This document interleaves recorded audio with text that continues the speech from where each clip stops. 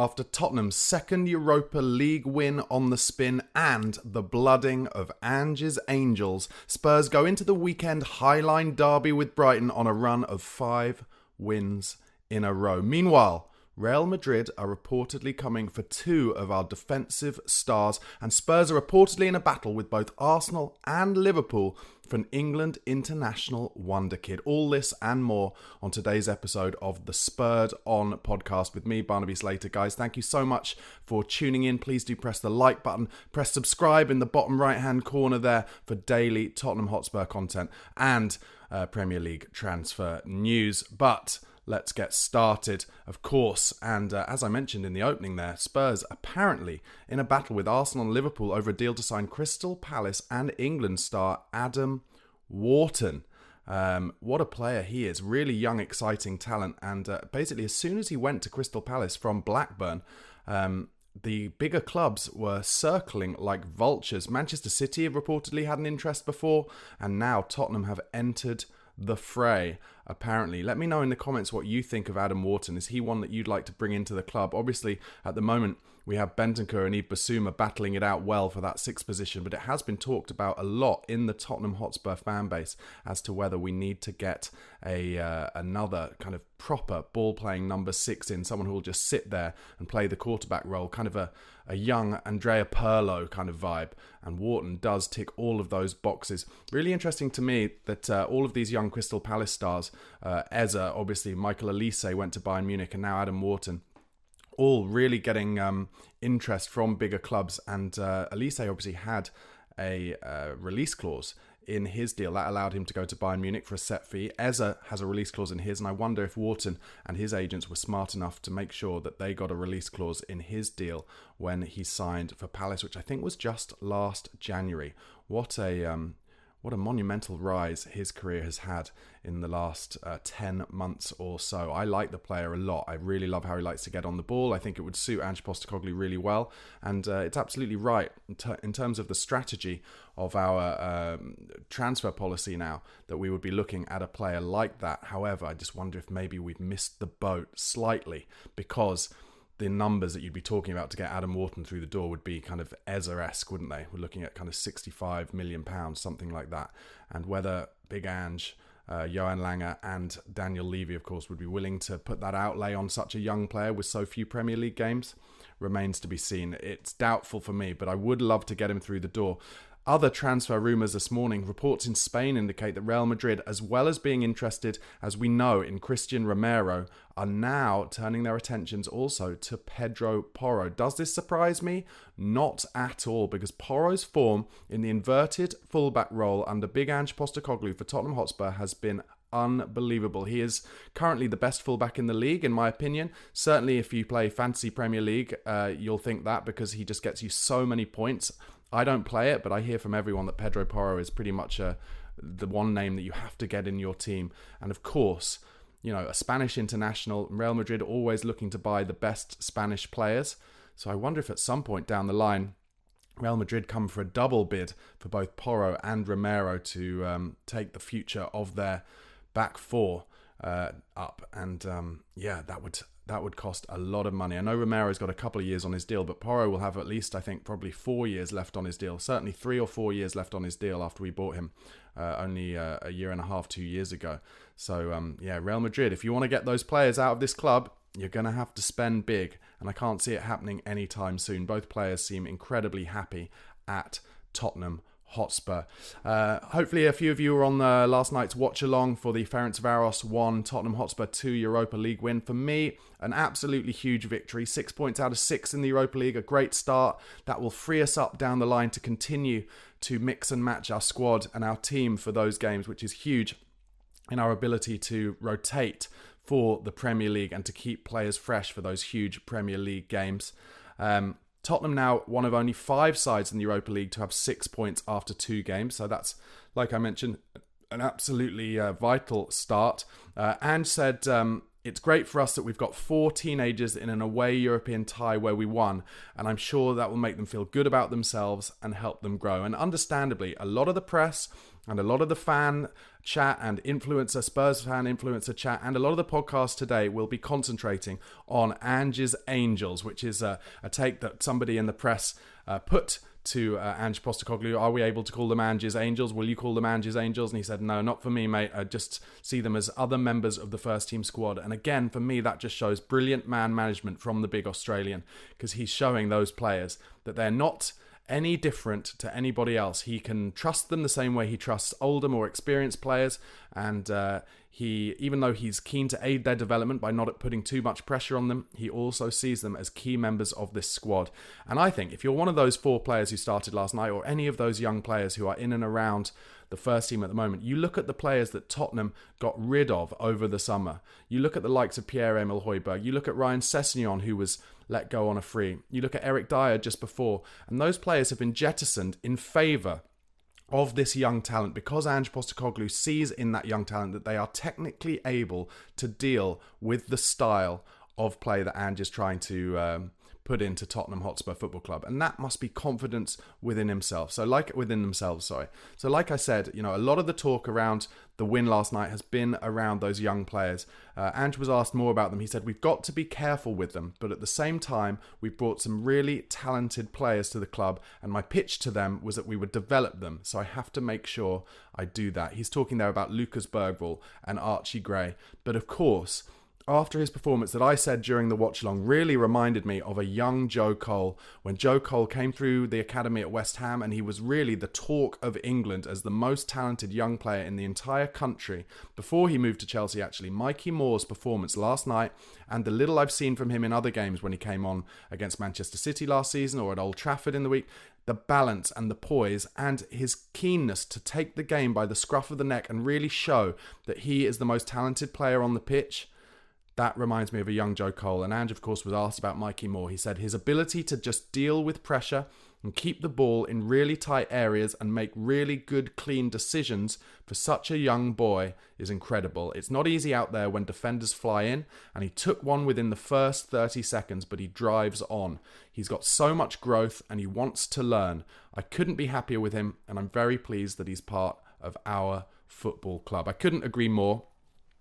Excuse the pun, but obviously a lot of people who've been watching the academy over the last few years have been raving about Mikey Moore. And for me, I'm not one just to jump on the bandwagon because I've heard good things. I want to see them with my eye. I want to see them for myself and see what they've got. And last night, although it wasn't like he didn't make a direct assist, he didn't score a goal, but I saw enough in his balance, in his poise, in the way that he takes the ball in tight areas, as Ange Postecoglou was saying, in his decision-making, in his driving runs into the heart of the opposition defence, to see that this boy is ready for games. I'm not going to jump on the bandwagon and say he should start on Sunday, or even though Timo Werner once again missed another one-on-one. I thought he was unfortunate. Werner getting in good spaces again, really showing his pace, but he's clearly shot confidence-wise in front of goal. But Mikey Moore could start on Sunday, but I'm with Ange Postecoglou here, which is when he's ready to start Premier League games, Ange will know it. And last night was definitely a huge step forward for Mikey Moore, and I'm not saying that he's not ready to do it, but I'm desperate, absolutely desperate for us to develop this player in the right way, not put too much pressure on him. Don't allow him to get ahead of himself either. Don't have a situation where he's suddenly driving a Rolls Royce into the training ground because he thinks he's made it when he's barely played 20 Premier League games or anything like that. Take it slowly. Take it point by point. I thought he'd turned 18, but he hasn't. He's only just turned 17, this kid. Unbelievable talent. Let's not forget, it's very rare, and Ange will go into it and we'll talk about it, but it's very rare for players to come through at this age. The other thing that really impressed me with Mikey Moore, actually, he's a lot more physically well-built than I thought he was.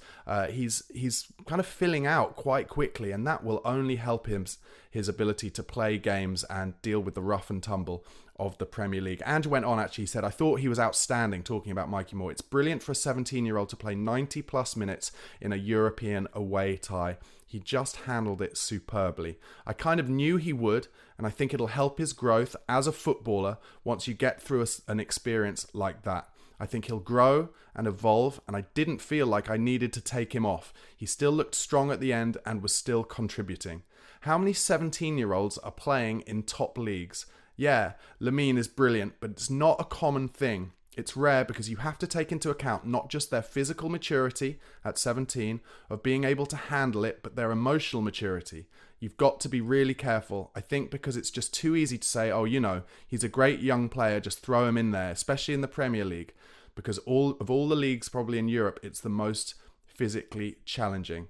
So, kind of exactly what I said, really. It's a difficult dance with such a talented player, because in reality, if I think about it logically, do I think Mikey Moore will affect defenders better than Timo Werner, affect the opposition and make them think and potentially make them double up on him more than Timo Werner at this stage? I do. And I know it's probably easy for you to think, and let me know in the comments box what you think, but I know it's probably easy for you to think, well, then of course you've got to put him in there, you've got to play him every game, but the chance of him getting an injury, and while he's still growing, an injury that could really affect him down the line is big, and the chance of him also losing confidence. You've seen it with a player a few years older than him in Brennan Johnson. He lost his confidence. With Ryan Sessegnon, they lost their confidence, and then when injuries get involved with confidence as well, it's hard to come back from. We've really seen that with Sessegnon as an example. So building Mikey Moore up piece by piece is the way forward for me. But the fact that we've got him in and around the first team, and I would say for now, for sure, Mikey Moore has to be an absolute shoe-in, at least on the bench for every game now. At the beginning of the season, he wasn't in the squad, was he? And I think now he's really pushing for that extra bench place at the very least. And we know he can come on and do damage late in the game. It's very, very exciting. Mikey Moore was asked himself in interviews. It was very impressive and cute, actually, to see him in the interviews after the game, because it's probably one of his earliest experiences of media stuff. He will have been media trained as part of the academy, but he was a little uncomfortable, but he was very sweet. He was asked what it's like being with the first team this season. He said, "It's a step I'm ready to take, and the older boys have been there to help me so far. It's been perfect, really, so far." He was asked about Ange Postecoglou. Mikey said, "Him putting me in the team is a show of trust right away. So I'm thankful for him to really start me and show that trust in me. He's helping me all the time along with the rest of the coaching staff." So, if you haven't seen already, go and have a look at some of those interviews with Mikey Moore, because he just sounds like a young kid from Tottenham just living out his dream, living out all of our dreams, but he just has the talent that the rest of us could only imagine. And if we do this the right way, guys, if we manage this player the right way, if we develop him at the right pace, then we have a young England international for sure on our hands, and potentially the future of Tottenham Hotspur Football Club. If we can keep him, we can tie him down, and we can show that he can be the face of Tottenham for the next 5-10 years. It's very, very exciting. It's exciting, and I'm reticent of hyperbole when it comes to academy players, because I've seen too many down the years who have been kind of hyped up. And actually, the one that really blew everyone else out of the water was the one player who everyone said wouldn't make it. That was Harry Kane. So really, to be this highly thought of so young is very, very dangerous, and we need to be careful. But this morning, after that performance last night, I personally think I'm ready to get on the Mikey Moore train. Ange Postecoglou went on to talk about another of our young angels, and Archie Gray. He said, "I thought Archie Gray was brilliant today. We asked him to play 2 different possessions and he just adapts and handles it." I completely agree. That was the best I've seen Archie Gray play for Spurs.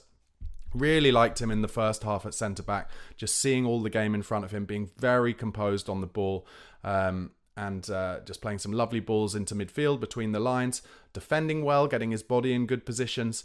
And I think we've got a Rolls Royce of a player there. Then he switched with Ben Davies into the kind of inverted left back in the second half, and he started doing little Cruyff flicks down the line, getting himself out of trouble, driving runs towards the opposition defenders.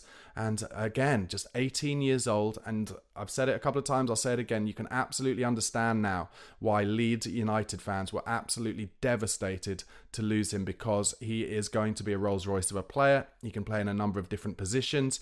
He is, he's clearly got a good head on his shoulders, clearly very mature for his age.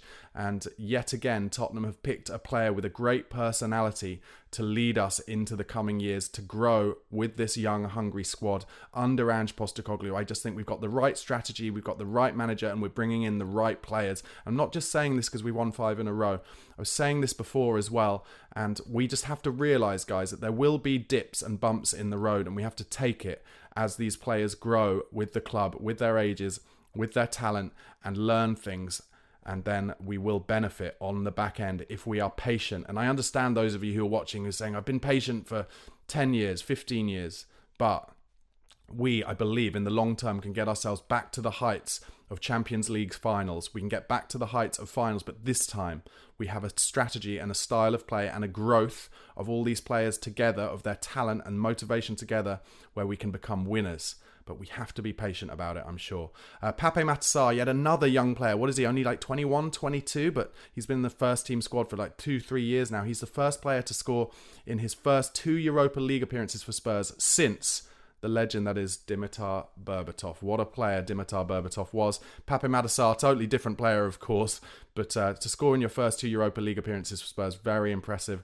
And I love that he just gives us something so different in central midfield when he comes and plays. Just the legs and the engine and the amount of running into the channels he did in front of Porro last night and in front of those central midfielders behind him to give options was very impressive. And his legs and his engine, just amazing. And he's coming back into form, which is really important for Spurs in terms of the squad depth and the options we have. The aforementioned Pedro Porro, who, as I mentioned at the top of the show, interesting Real Madrid now, he put up some really good stats in last night's game against Ferencvaros. 70 out of 85 passes completed, 1 chance created, 5 out of 5 successful dribbles, 19 passes into the final third, 1 clearance, 1 headed clearance, 4 interceptions, 9 ball recoveries, 6 out of 11 ground duels won, and 1 foul won. Another kind of all-encompassing performance from Pedro Porro, up and down the pitch, end-to-end, all day long. Absolutely amazing stamina. Get him in the ice recovery bath today. Get him wrapped in cotton wool for Sunday, because we need him on Sunday. He's played a lot of minutes, but absolutely vital to this Ange Postecoglou system. Well played, Pedro Porro. Another player, one of Ange's Angels who impressed last night, Will Lancashire.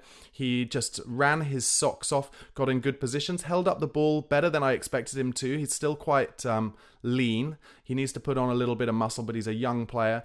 And he got in positions to make himself a good couple of chances. That header in the first few minutes, he was put under pressure by the defender. He'd probably be disappointed with himself that he didn't get more of a concrete connection on it, the one that ended up hitting his shoulder and went over the bar. And then he got himself into a good position one-on-one where the defender kind of came through him. He maybe could have got his shot off earlier. That's in the second half. And then the volley at the back post from a corner. He got a good hit on that, hit it into the ground, which isn't the worst thing to do on a wet night especially, and it only just went over the kind of stanchion of bar and crossbar. So maybe Will Lancashire deserved a goal, but for his first start for Tottenham Hotspur, really impressed me. And I have to say, if I'm someone like Alejo Valise out on loan now, even though he's getting senior minutes out there at Espanyol, I'd be slightly frightened that back at home, Will Lancashire is playing first-team games in the Europa League, getting minutes under his belt and showing that he is a good talent. So that's quite exciting. He said on Instagram after the game, Will Lancashire, a really proud moment for me to make my competitive debut for this amazing football club, and most importantly, to get the 3 points. Thank you to all the travelling fans. On to the next one. Lovely thoughts from Will Lancashire there, and I think we'll see him getting more minutes this season, that's for sure. An exciting young talent, clearly very driven, and I mean, easy to compare people to Harry Kane. Harry Kane at that age probably wasn't quite as strong and getting quite as many minutes for Spurs. And let's hope that Will Lancashire has the same drive and motivation and desire to improve personally as Harry Kane did. And if he does, he'll have a stellar career. Some injury news. Son Heung-min has been withdrawn from South Korean's national team squad for the October international break for injury precautionary reasons. That means that it's very unlikely, I think, that Sonny will be playing or involved on Sunday against Brighton. So looks like his injury is a little bit worse than we expected, but I'm pleased that he's not going to play with South Korea. Obviously, the South Korean fans won't be, but with my selfish Tottenham supporting hat on, that means he can have a couple of weeks break, a couple of weeks rest, and some physio on that injury, and maybe he'll be back after the international break. And to be honest, the amount of football that Sonny has played over the last few years, this rest won't do him any harm whatsoever. Not just to get the injury back on track, but to give him some time off to allow him to recover from fatigue in general. Ange Postecoglou was asked about James Maddison, his performances this season, his form. He says, I think Madders has been outstanding so far this year. His form from the first game has been really strong physically. I've said a few times that he's back at the levels where he can play in the manner he wants to and do everything he wants in a game. In the last 2 or 3 weeks, he's had an effect on goals and assists as well, which always gets highlighted with players in his position. But his general play has been outstanding. I'm sure if he continues in that vein, he'll be in the conversation for England squads moving forward. Well, Madders actually hasn't been picked for the England squad in this international break, which again, with my selfish Spurs supporting hat on, I'm happy about. He can rest up a little bit as well, and obviously he had a bad injury last season, so the more rest he can get into his legs as possible, the better. But I know that he wants to be in the England squad, so for him, he'll be disappointed. But I have to say, I looked at the midfield options that Lee Carsley has picked for that England squad, and England are blessed in that position, it has to be said. So many quality players. So Madders just knows he has to improve his performance even more to have a chance to get back into that squad. In fact, Madders gave some quotes on his England ambitions. He says, "I want to be in the England squad. Every player does. I know Lee Carsley well. I feel really fit, maybe the fittest I've ever been. I had the summer off, and it's been said about Erling Haaland and how sharp he's come back feeling, and I feel confident and alive. I can only take care of what I do at club level." Both those quotes from Ange and James Maddison there from the brilliant Alistair Gold. Make sure you follow Alistair Gold on YouTube and Twitter if you don't already. There's also really, I mentioned it yesterday, but a really great interview with Johan Lange about Tottenham's transfer strategy and the work he's been doing since coming in as sporting director. Obviously, previously, Lange was working at Aston Villa, and I think some of the stellar work he did there is now really coming to fruition with Aston Villa's form. And amazing win against Bayern Munich in the Champions League in the week. Villa doing really well. Johan Lange said the following. He said, "Ange and I have discussions all the time about the squad. It's far from only about transfers, but of course, when we come close to the window, it's about how we want to ideally end up after the window." He said, "We want to be a natural destination for the best talent out there." That was an interview he did with Dan Kilpatrick. He went on to be asked about those quotes from David Pleat, who suggested that everything at Spurs is now being done recruitment-wise via data, and that's why Daniel Levy let David Pleat go. David Pleat sounding a little bit bitter about losing his job there, but you can understand it. He's been a stalwart for Tottenham Hotspur for a number of years, but Johan Lange said the following. He said, "No player has been signed in my time at the club without us watching the player multiple times live and speaking with the player in person. We also do a lot of background checks, speak with other coaches and former teammates." So that all just makes sense, doesn't it, really? Of course, data is used, but data is used as the extra help alongside the eye test, alongside talking to the player, talking to their ex-teammates, talking to former managers. What is their personality like? How much drive and vision and desire and motivation do they have? Will they fit in to what the ethos is at Tottenham Hotspur now under Scott Munn, under Johan Lange, under Ange Postecoglou? And if they don't, they will not be bid for. And I think, as an example, that is probably why Dominic Solanke was bought over Ivan Toney, as well as his ability to just press endlessly. Finally, mentioning Dominic Solanke, he's been called up to the England squad for the upcoming internationals, and that's his first call up since 2017. Well done, Dominic Solanke. Thoroughly deserved. Go there, enjoy yourself, raise your confidence, come back to Spurs fit and firing and ready to get back on it for the games after the international break. But before then, of course, Brighton on Sunday, the Highline Derby, as I call it. It's going to be an exciting game. We were 4-0 down there last year. We've got to go there and get revenge. It'll be an incredible game to watch. I, for one, am excited for it. I'll be doing the We Are Tottenham TV watch-along, so make sure you go over there. But before Sunday, have a great weekend. And if you haven't already, do press like on this video. Press the subscribe button in the bottom right-hand corner for daily Tottenham Hotspur content and Premier League transfer news. And also, come and listen to me on the podcast platform, Spotify or Apple Podcasts. Type in the Spurred On podcast, give me a subscribe or follow. Have a great weekend. Come on, you Spurs.